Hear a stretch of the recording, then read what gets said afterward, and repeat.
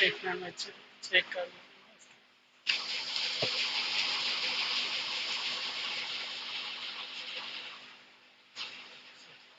और ये मिटाऊं जैसे सपोज।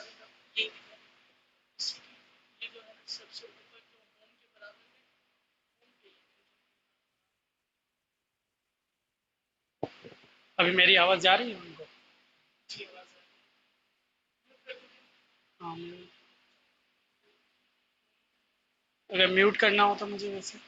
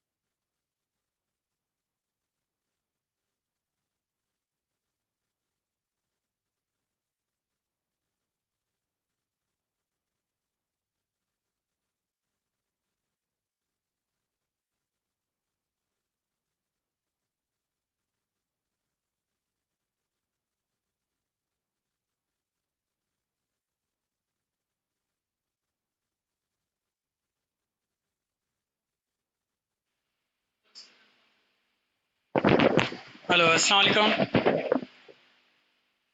अस्सलाम वालेकुम स्टूडेंट्स। मेरी आवाज़ आ रही है आपको सबको? क्लियर आ रही है सबको? काइंडली कंफर्म करें चैट बॉक्स में। ठीक है, ओके। अभी हम इंशाल्लाह, अस्सलाम वालेकुम स्टूडेंट्स। और हम आज, आपको पता होगा, हम कैप 2 की क्लासेस स्टार्ट करें। कैप 2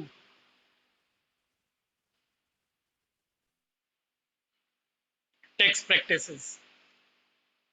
ठीक है। अब इससे पहले मैं थोड़ा आपको अपना इंट्रोडक्शन करा।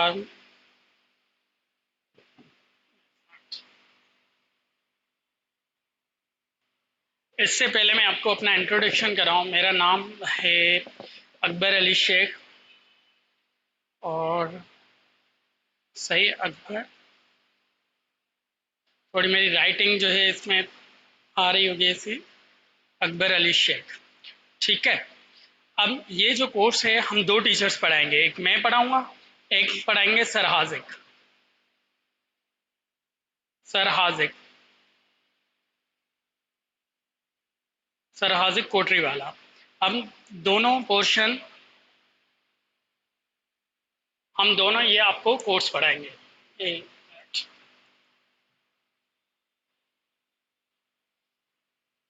ये हम दोनों आपको ये कोर्स पढ़ाएंगे। और इस पे एक मिनट, ये मुझे थोड़ा कच्चा था।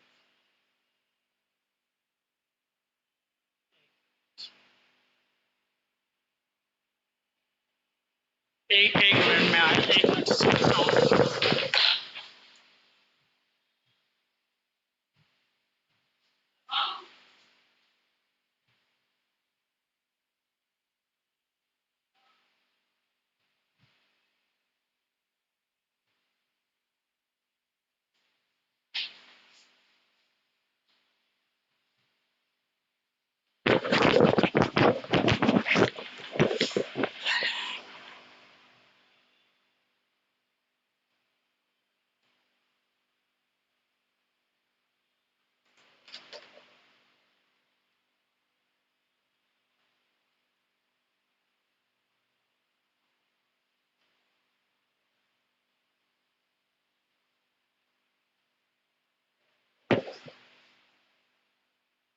जी हाँ, हम स्टार्ट करते हैं हम क्लास। ठीक है। अब पहले पहले जो हमारा क्लास हम जो कोर्स डिवाइड किया है, इसमें अगर मैं सिलेबस की पहले बात करूँ, और सिलेबस की हम जो डिवाइड करेंगे ना, उसमें आ रहा है आपका सिलेबस। एक आ रहा है इनकम टैक्स और सेल टैक्स।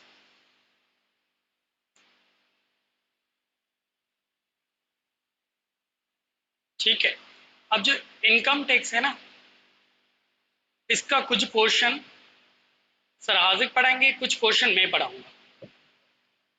हम ये आपको टेंशन बिल्कुल भी नहीं लेनी कि ये किस तरह लिखना है। मैं आपको सारी प्रेजेंटेशंस, सारे नोट्स और फुल टाइम आपके लिए अवेलेबल हूँगा। कोई टेंशन ना लेनी, सारा मटेरियल मैं आपको प्रोवाइड करूँगा और कहीं जाने की ज़रूरत नहीं होगी।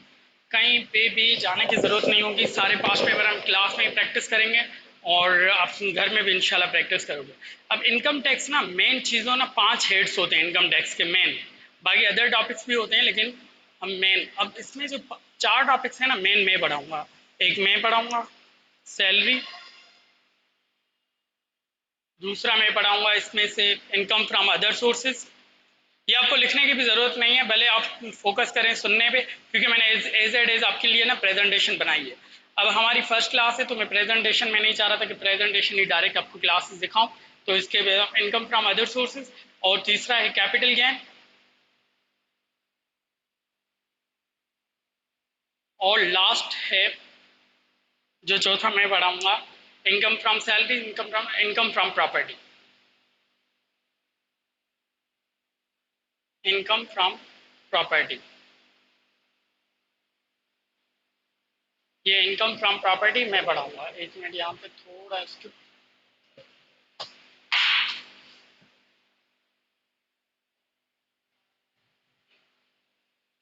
अब ये इनकम फ्रॉम प्रॉपर्टी, अब इसमें क्या होगा, पहले पहले हम और बाकी जो वो पढ़ाएंगे ना, वो आपको पढ़ाएंगे sir Hazik income from business.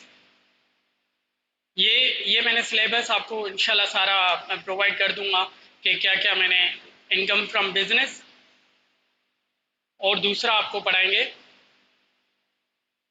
Income from business, और दूसरा आपको पढ़ाएंगे वो कॉन्स्टिट्यूशनल प्रोविजन। कॉन्स्टिट्यूशनल प्रोविजन जो है ना, आपको वो पढ़ाएगा, और एथिक्स ये सर आजिक पढ़ाएंगे। ठीक है। अब आवाज़ क्लियर आ रही है ना आपको सबको?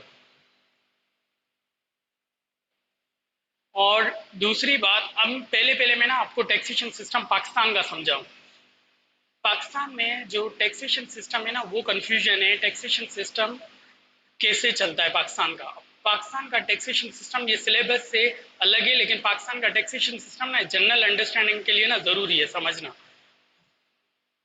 पाकिस्तान का टैक्सेशन सिस्टम समझने के लिए ना आपको क्या करना होगा, पाकिस्तान में टैक्सेशन सिस्टम दो अथॉरिटीज़ हैं जो चलाती हैं। दो बड़ी अथॉरिटीज़ हैं पाकिस्तान में चलाती हैं। उसके हिसाब से ना हमारा सिलेबस भी सारा समझ आएगा, और प्रैक्टिकल इश्यूज कैसे आते हैं वो भी आपको समझ आ जाएंगे। एक चला था एफबीआर, फेडरल बोर्ड रेवेन्यू, और एक है अदर प्रोविंशियल अथॉरिटीज़। हम दो में डिवाइड करते हैं पाकिस्तान के टैक्सेशन सिस्टम को पूरे को।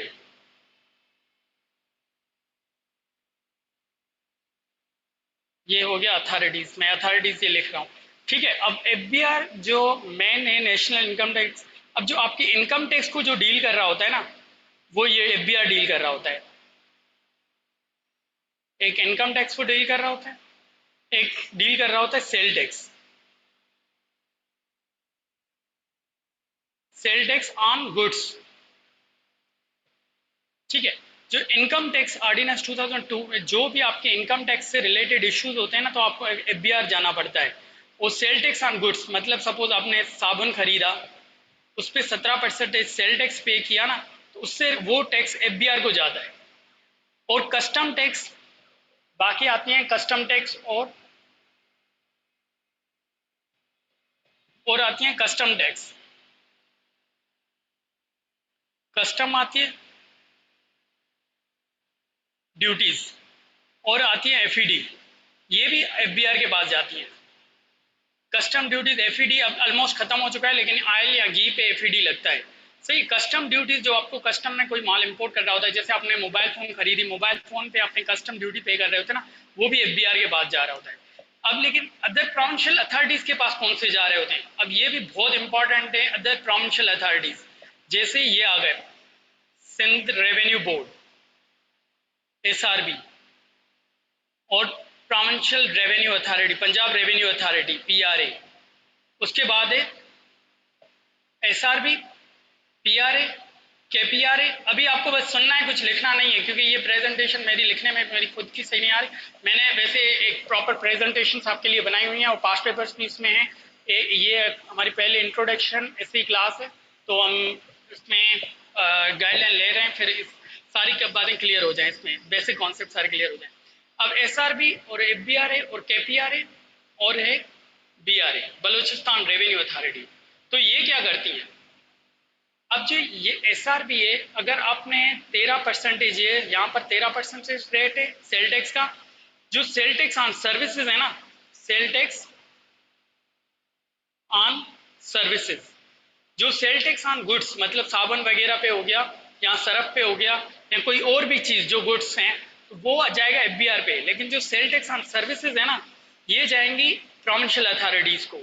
अब सर्विस कौन सी होती हैं, फॉर एग्जाम्पल अब यहाँ पर 16% रेट है, लेकिन सिंध में जो है वो 13% रेट है। यहाँ पे भी 16% है, यहाँ पर 16% रेट है। अब जो गुड्स का रेट है वो 17% है। अब जो 13% ये जो रेट है, ये कहाँ पे लगेगा, जब आप रेस्टोरेंट पे पिज्जा खाने जाते हो ना, पिज्जा हट पे।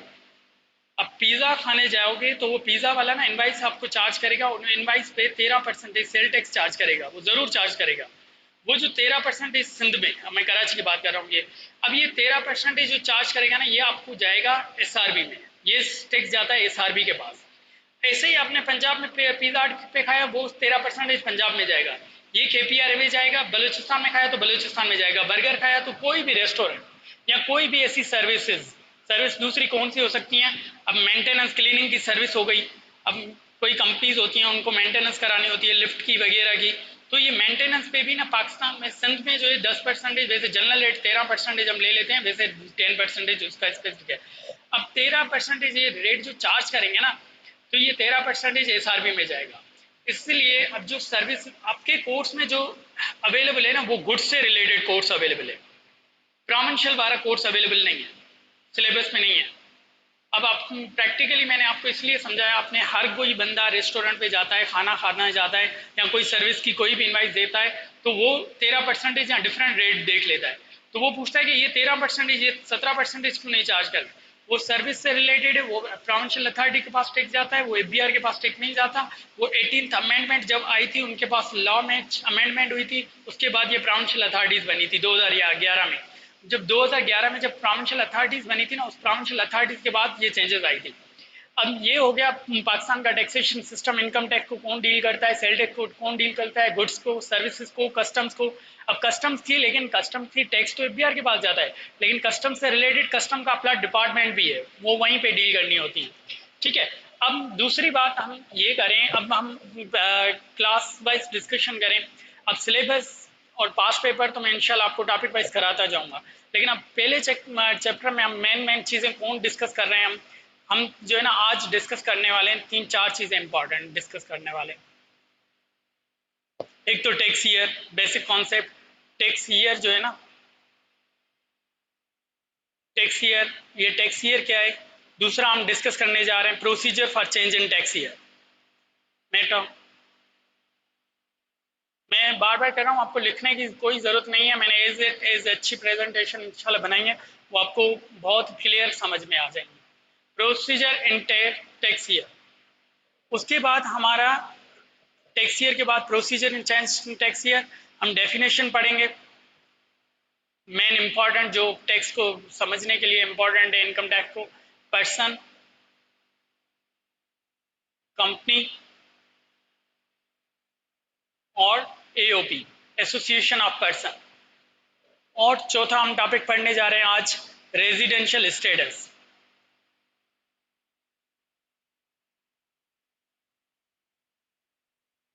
रेजिडेंशियल स्टेटस में इंडिविजुअल, का रेजिडेंशियल स्टेटस, ये मैं आपको इसलिए आइडिया दे रहा हूँ, यही हम पढ़ने जा रहे हैं, आपके जहन में हो हम आगे किस तरह क्लास को लेके चल रहे हैं, एओपी और कंपनी का। उसके बाद हम पढ़ रहे हैं फॉरेन सोर्स ऑफ इनकम।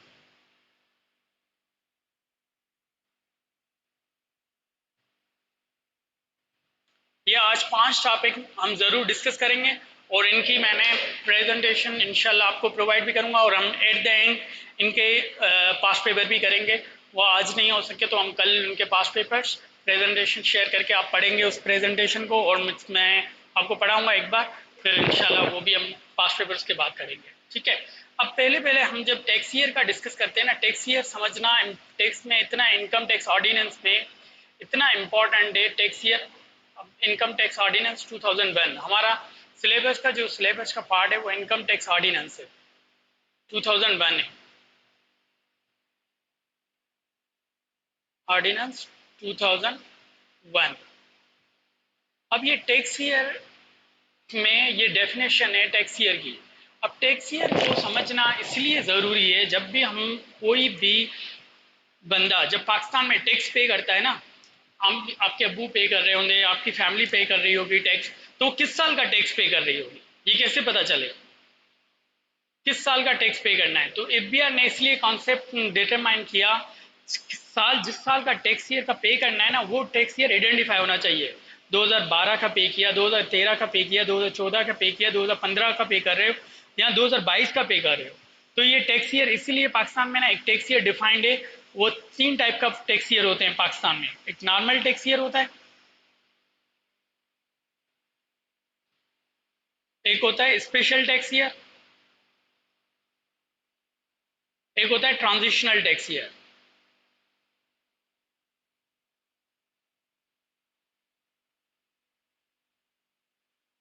अब special tax year, normal tax year, अब ये टैक्स ईयर जो है ना, इम्पोर्टेंस ये determine the tax calculation for the period. तो पर्टिकुलर पीरियड की जो है ना हम टैक्स डिटरमिन करते हैं। अब नॉर्मल टैक्स ईयर में ना 3 चीजें इंपॉर्टेंट है, हर चीज में ना 3 चीजें इंपॉर्टेंट है। पहली, ये एंड हमेशा 30 जून को होगा। किसी भी साल में 30 जून को जो साल एंड हो ना, उसको हम नॉर्मल टैक्स ईयर कहते हैं, और ये हमेशा 12 महीने का होगा। अनटिल अनलेस, वो एक्सेप्शन बता देता हूँ, 12 महीने का ये टैक्स पीरियड होगा, पीरियड ऑफ 12 मंथ्स। और ये डिनोट जाहिर उसी साल से किया जाएगा जिस साल में एंड होगा, denotes the year in which it falls, in which falls. For example कैसे, अब 2000 ये स्टार्ट होगा हमेशा 1 जुलाई 2018 से सपोज स्टार्ट हुआ, 30 जून 2019 में ये एंड होगा। अब ये एंड होगा हमेशा 12 महीने का होगा। सपोज एक बंदा है जिसने जॉब ही ज्वाइन दिसंबर में की, उसका टैक्स पीरियड 6 महीने का आएगा, क्योंकि उसने 6 महीने की टैक्स कैलकुलेशन होगी, 6 महीने की सैलरी आएगी इसी वजह से। वरना ये पीरियड हमेशा जुलाई से स्टार्ट होगा, जून पे एंड होगा। और ये जून, अब ये जाना जाएगा कौन सा टैक्स ईयर है, ये टैक्स ईयर हो गया 2019। जिस साल में एंड होगा उसी साल में ये पहचाना जाएगा। किसी साल में एंड हो रहा है, 2019 में एंड हो रहा है। ठीक है। अब ये 2019 में एंड हो रहा है, तो ये 2019 से ही पहचाना जाएगा। उसके बाद दूसरा एग्जाम्पल ले लें इसका, 1 जुलाई 2020 में स्टार्ट हुआ, 30 जून 2021 में ये क्या हुआ, एंड होगा। ये एंडिंग पीरियड है ना, इस एंडिंग पीरियड टैक्स ईयर को ये 2021 इससे ही पहचाना जाएगा, 2021 से ही पहचाना जाएगा ये। ठीक है। अब ये टैक्स ईयर, इसकी 3 खुसूसियात कौन कौन सी थी, 30 जून को एंड होगा, 12 महीने का होगा, और जिस साल एंड होगा उसी साल में ही इसको पहचाना जाएगा। इसको कहते हैं नॉर्मल टैक्स ईयर। अब हम दूसरी बात करते हैं स्पेशल टैक्स ईयर की। अब स्पेशल टैक्स ईयर कौन सा है, 3 टाइप के टैक्स ईयर्स होंगे स्पेशल टैक्स ईयर्स।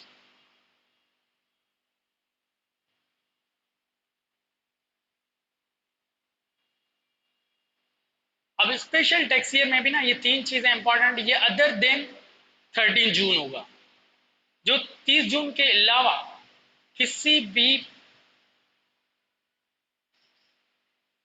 30 जून के अलावा किसी में भी एंड हो, साल पे किसी भी मंथ पे एंड हो, सपोज 30 मई को एंड होगा, 30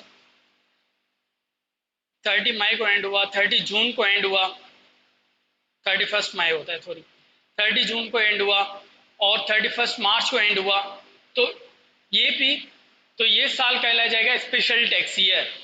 अब स्पेशल टैक्स ईयर में एक ये खुशूसियत, ये भी 12 महीने का होगा और ये भी पहचाना जाएगा हमेशा नॉर्मल टैक्स ईयर से, रेलिवेंट नॉर्मल टैक्स ईयर से। उस साल का रेलिवेंट नॉर्मल टैक्स ईयर कौन सा है? पाकिस्तान में मतलब टैक्स ईयर जो फॉलो किया जाता है ना, वो जुलाई से जून होता है। जैसे हमारा बजट भी पेश होता है, वो कब पेश होता है? जून में पेश होता है। तो इसीलिए जून में जो बजट पेश होता है ना, इसीलिए ही पेश होता है कि हमारा टैक्स ईयर एंड जून है, दिसंबर नहीं है। तो नॉर्मल टैक्स ईयर, अब ये 12 महीने का ये नॉर्मल टैक्स ईयर होता है, ये पहचाना जाएगा नॉर्मल टैक्स ईयर से। फॉर एग्जाम्पल कैसे? अब हम एग्जाम्पल ले लेते हैं, हमारा एग्जाम्पल है 1 सितंबर को स्टार्ट हुआ 2019, तो ये एंड कहाँ होगा? 31 अगस्त तक एंड होगा 2020। अब ये इसका साल जो नॉर्मल टैक्स ईयर, किस नॉर्मल टैक्स ईयर में फॉल कर रहा है?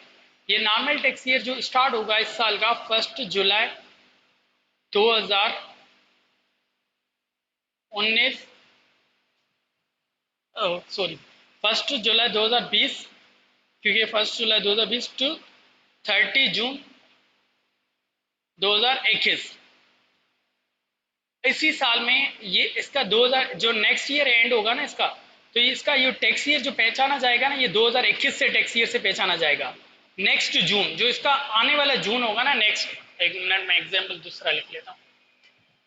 अब ये नेक्स्ट, अब इसका ये मैं ये कहना चाह रहा हूँ, जो नेक्स्ट वाला हमारा पीरियड होगा ना जून, अब फॉर एग्जाम्पल 1 अक्टूबर को हमारा साल स्टार्ट हो रहा है 2019 से, और ये एंड हो रहा है 30 सितंबर 2020 में। अब ये जो नेक्स्ट इसका जून कब आ रहा है? नेक्स्ट जून आ रहा है जून 2021। जो नेक्स्ट इसका जून आ रहा होगा ना, उससे नॉर्मल टैक्स ईयर से पहचाना जाएगा। तो इसका टैक्स ईयर कौन सा हुआ? 2021। काइंडली कंफर्म करें, ये बात समझ आ रही है चैट में?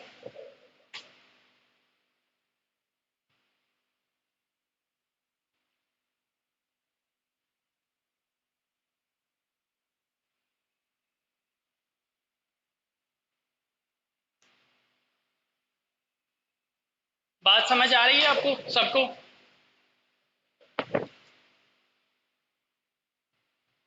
स्पेशल टैक्स ईयर को एग्जाम्पल एक्सप्लेन करूं दोबारा?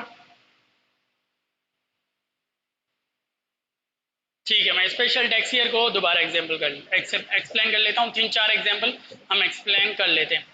अब हमारा फॉर एग्जाम्पल हमारे ईयर एंड हो रहा है फर्स्ट, एक दूसरा साल है हमारे स्टार्ट हो रहा है 1 अगस्त से, 1 अगस्त 2020 से स्टार्ट हो रहा है, ठीक है। अब ये जो एंड होगा तो ये कब होगा? 31 जुलाई 2021 में एंड होगा। अब 1 जुलाई 2021 में ये एंड होगा। अब 1 जुलाई 2021 में जब एंड होगा ना ये, तो ये नॉर्मल टैक्स ईयर तो नहीं हुआ, क्योंकि ये 30 जून पे एंड नहीं हो रहा, और ये हुआ special tax year, other than 30 June and हो रहा है। अब ये नॉर्मल टैक्स ईयर क्यों नहीं हुआ? क्योंकि 30 जून पे एंड नहीं हो रहा। स्पेशल टैक्स ईयर क्यों हो रहा है? अदर देन 30 जून हो रहा है। लेकिन इसको पहचाना जाएगा नॉर्मल टैक्स ईयर से। कौन से नॉर्मल टैक्स ईयर से जून पहचाना जाएगा? एक मिनट मैं एग्जाम्पल ले लेता हूँ। 1 जुलाई 2019 टू जून 2020। अब ये इसका नॉर्मल टैक्स ईयर है 2020, ठीक है। अब ये एक दूसरा साल स्टार्ट हो रहा है 1 जुलाई 2020 टू 30 जून 2021। अब ये जो साल एंड हो रहा है ना हमारा 31 जुलाई एंड, तो ये साल इसी में आ ही नहीं रहा 2000, इस वाले साल में, इस साल में आ ही नहीं रहा ये एंडिंग डेट। इसकी जिस एंडिंग डेट जिस साल में आएगी ना, अब ये एंडिंग डेट आ रही है इस साल में 2020 वाले में, इसी नॉर्मल टैक्स ईयर से पहचाना जाएगा। समझ रहे हो आप ये बात कि जिस साल में उसका एंडिंग पीरियड डेट आ रहा है। अब दोबारा मैं दूसरा भी एग्जाम्पल भी समझा देता हूँ, दूसरा एग्जाम्पल भी मैं समझा देता हूँ इसी को। अब 1 अक्टूबर को हमारा दूसरा साल हुआ 2018, ठीक है। अब ये एंड होगा 30 सितंबर 2020 और 2019, ये होगा 30 सितंबर 2019। अब इसको ये एंडिंग डेट, इसकी एंडिंग किस साल में आ रही है? इसकी एंडिंग आ रही है 30 जून 2020 वाले में आ रही है। मतलब रेलिवेंट टैक्स ईयर, इसका नॉर्मल टैक्स ईयर कौन सा होगा? 2020 वाला होगा, जिसपे ये एंड हो रहा है, या ये स्टार्ट हुआ होगा 1 जुलाई। अब बात समझ आ गई कि ये 31 दिसंबर नेक्स्ट जून में जो एंड होगा, नेक्स्ट जून इसका कौन सा आ रहा है? 30 जून, जिस साल में एंड होगा इसका नॉर्मल टैक्स ईयर हमारा कौन सा है? 1 जुलाई 2019 जो 30 जून एंड। अब ये जो एंड हो रहा है ना, ये 30 जून में एंड हो रहा है। जो एंड हो रहा है इसी वजह से इसका रेलिवेंट टैक्स ईयर कौन सा बनेगा? 2020 बनेगा। अब बात समझ आ गई? अभी भी आई या नहीं आई? नहीं आई तो भी कोई मसला नहीं है, मैं दोबारा समझा दूंगा, ठीक है। अब मतलब ये जो नॉर्मल टैक्स ईयर है वो रेलिवेंट स्पेशल टैक्स ईयर है, वो रेलिवेंट नॉर्मल टैक्स ईयर से पहचाना जाएगा। रेलिवेंट नॉर्मल टैक्स ईयर उसका कौन सा होगा? जो फॉर एग्जांपल हमारा जिस साल में, अब इसकी एंडिंग डेट किसी भी नॉर्मल टैक्स ईयर की 1 दिसंबर आ रही है, सपोज 1 जनवरी से हमारा कोई साल स्टार्ट हुआ, 2019 में स्टार्ट हुआ, ठीक है, 31 दिसंबर 2019 को एंड हुआ। अब इसका नॉर्मल टैक्स ईयर कौन सा होगा? 2020 आएगा, क्योंकि इसका नेक्स्ट जून आ रहा है ना, वो इसमें आ रहा है 1 जुलाई। अब ये 2019 वाले जून से नहीं पहचाना जाएगा, क्योंकि उसमें उसके 6 महीने आ रहे हैं, सिर्फ 12 महीने आ ही नहीं रहे स्पेशल टैक्स ईयर के। 30 जून अगर 2019 का लेंगे ना, तो ये आएगा 6 महीने आ रहे हैं, 1 जून से 6 महीने, तो ये कवर ही नहीं हो रहा पूरा पीरियड स्पेशल टैक्स ईयर का। अब स्पेशल टैक्स ईयर का पूरे 12 महीने उसके कौन से में पूरे होंगे? 30 जून 2020 में। अब ये जो टैक्स कैलकुलेशन होगी ना, ये 12 महीने की होगी। टैक्स ईयर की इंपॉर्टेंस कितनी है कि क्या इंपॉर्टेंस थी भाई? हमें ये इंपॉर्टेंस ये थी तो हमें किस साल का टैक्स पे करना है, कितने महीने का पे करना है। तो भाई हमारे पाकिस्तान में जो टैक्स कैलकुलेशन होती है वो 12 महीने के हिसाब से होती है। टैक्स कैलकुलेशन जो हमारी होती है वो 12 महीने के हिसाब से होती है। हमारे जो रिटर्न फाइल करते हैं, जो इनकम टैक्स रिटर्न हर इंडिविजुअल जो फाइल कर रहा होता है वो 12 महीने का फाइल कर रहा होता है। तो किस 12 महीने का वो फाइल कर रहा है? तो generally normal tax year follow कर रहा होता है, जून के बाद हमें रिटर्न फाइल करना शुरू हो जाते हैं। इस क्यों शुरू हो जाते हैं? क्योंकि 1 जुलाई 2000 ईयर एंड हो जाता है हमारा। तो इसीलिए किसी का जून 30 जून जो फॉलो नहीं कर रहा, वो स्पेशल टैक्स ईयर फॉलो कर रहा है, तो वो भी 12 महीने का होगा, लेकिन वो एंडिंग वो पहचाना किससे जाएगा? नॉर्मल टैक्स ईयर से पहचाना जाएगा। तो ये कॉन्सेप्ट है इसका, ठीक है। अभी ये हम लॉ की रीडिंग अलग से करेंगे, क्योंकि मैं लॉ की रीडिंग आज नहीं करा रहा, खुद नहीं, मैं कह रहा था खुद हमारी पहले ऐसी इंट्रोडक्शन हो और रिटर्न में हो। मेरी भी ये डिजिटल थोड़ी क्लास है, तो ये रिटर्न में मेरी अच्छी राइटिंग नहीं आ रही, वरना इंशाल्लाह तो आगे आगे ये भी सेट हो जाएगी। और उसके बाद स्पेशल टैक्स ईयर हो गया। हम तीसरा है ट्रांजिशनल टैक्स ईयर। और ट्रांजिशनल टैक्स ईयर क्या है? ट्रांजिशनल का मकसद ये है, ट्रांजिशनल टैक्स ईयर ये हमारा थर्ड है। अब ट्रांजिशनल का मकसद ये है चेंज। ट्रांजिशन मतलब चेंज। अब जब भी कोई टैक्स ईयर बंदा चेंज करता है ना, अब फॉर एग्जांपल मैं हूँ, अपना रिटर्न जब फाइल करता हूँ तो मैं नॉर्मल टैक्स ईयर फॉलो करता हूँ, ठीक है, जुलाई से जून वाला फॉलो करता हूँ, ठीक है। अब मैं चाह रहा हूँ एफबीआर को कहूँ कि स्पेशल टैक्स ईयर मुझे दे दे। भाई मैं 30 जून फॉलो नहीं करना चाह रहा, मुझे जो है ना 30 जुलाई फॉलो करना है। ये ऐसे एग्जाम्पल दे रहा हूँ, लेकिन उसके रीज़न मैं बताऊंगा ये क्यों, कब होता है और किसके लिए हो सकता है ये special tax year. Special tax year में जाना चाहता हूँ तो इसमें इसके बाद जो चेंज जो टैक्स पीरियड आएगा ना, उस तो फिर अराइज होगा ट्रांजिशनल पीरियड या ट्रांजिशनल टैक्स ईयर। जब भी मैं नॉर्मल से स्पेशल में जाऊंगा या स्पेशल से नॉर्मल में जाऊंगा टैक्स ईयर में, मतलब मैं क्या कहना चाह रहा हूँ, फॉर एग्जाम्पल मैं 30 जून वाले साल से जा रहा हूँ, मैं चाह रहा हूँ अब मेरा साल हो 30 सितंबर एंड हो, 30 जून एंड नहीं हो, 30 सितंबर एंड हो। या मैं चाह रहा हूँ ये 30 सितंबर एंड है ना, ये नहीं चाहिए मुझे, नॉन 30 जून वाला एंड चाहिए, जो एफबीआर मेरा स्पेशल टैक्स ईयर स्पेसिफाई किया हुआ है ना, तो मैं वो नहीं चाह रहा, मैं चाह रहा हूँ भाई मेरा 30 जून वाला एंड हो। तो इसको करने में जब चेंज करने जाएंगे ना, तो ये एक ट्रांजिशनल टैक्स पीरियड अराइज होगा। वो कैसे अराइज होगा, अभी उसका एग्जाम्पल हम ले लेते हैं। फॉर एग्जाम्पल हम एग्जाम्पल ये लेते हैं, अब नॉर्मल टैक्स ईयर है, मैं 1 जुलाई 2018 से टू 30 जून 2019 का मैं नॉर्मल टैक्स ईयर फॉलो करता था। ठीक है, अब मैं 30 जून एंडिंग था, अब मैं चाह रहा हूँ मेरा टैक्स ईयर हो ना, वो हो 1 सितंबर, क्योंकि मैं ये फॉलो कर रहा था और इसका मैंने रिटर्न पे